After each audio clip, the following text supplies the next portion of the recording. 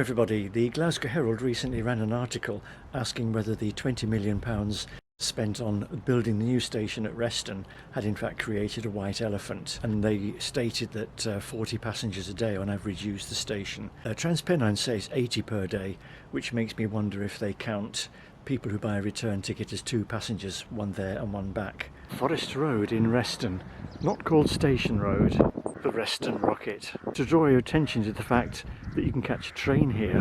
Well, I called at the village shop to buy a couple of cakes, and I asked the lady how the station is going, and she said, I don't know, I drive everywhere. Well, I've parked at Reston Station to explore what it's like 2 years after opening. Here's the staircase from the car park, which is an exit for emergency use only. So we have an emergency staircase there, and there's another staircase just there, so we'll use the non-emergency staircase. Here we go, and there's the bus stop. Now, according to the Glasgow Herald, there are buses that come here, but there's no timetable. Well, the bus company must have been reading the Glasgow Herald, because there is now a bus timetable, which shows a bus about every 2 hours. The bus goes to Berwick-upon-Tweed. The original station closed in the 1960s, and for decades the Rail Action Group raged on about wanting the station reopened, and one of the leaders was a guy called Forrest. And when the station did reopen 2 years ago, he donated the station nameplate from the old station, which he'd rescued from the rubble when they demolished it, apparently. The station cost over £20 million to build, was supported by the local Conservative MP, and of course we all know that the Conservative Party champion value for money. And you can see there's an off-peak single ticket to Edinburgh is £16.80.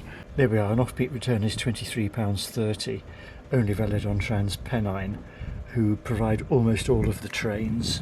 If you want to go on LNER, you can only buy single tickets. That's odd.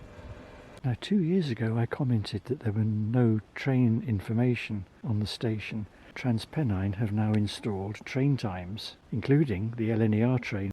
It's interesting, a single ticket to Berwick-upon-Tweed is £4.10. It takes 15 minutes. You can pay more than double, in other words £8.80, to go first class. An announcement has just told me to be on the platform in good time for the train, and the next train's in about 45 minutes, so I think I'm just about in good time for that.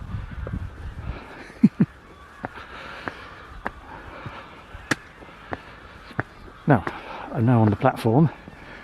You have to beware because trains rattle through here quite regularly, and I'm now going to count the cars in the car park. Excluding mine, there are 23 cars in the car park, one of which is in a charging point. Please stand clear of the platform edge, fast train approaching.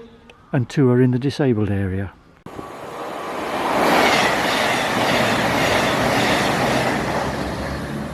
Damn, missed it. So what's your verdict? £20 million to build a station 7 miles from another station which has a better train service. Was it good value for money, or is it a white elephant if the usage has now swollen to 80 people per day? There's an Azuma if you can make it out.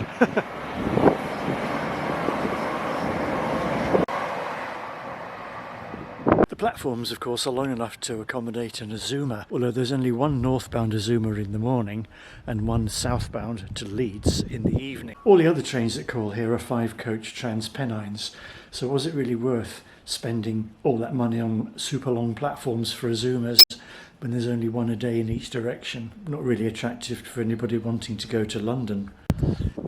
And at the moment there's a pre-recorded announcement thanking people for using ScotRail to get to the rugby at Murrayfield, which is odd to play it at Reston, which is not served by any ScotRail trains.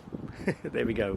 Thank you for not travelling ScotRail, because you can't, from Reston. Thanks for watching, and if you'd like to buy me a coffee as a reward for making these lovely films, please see the link here to Ko-fi.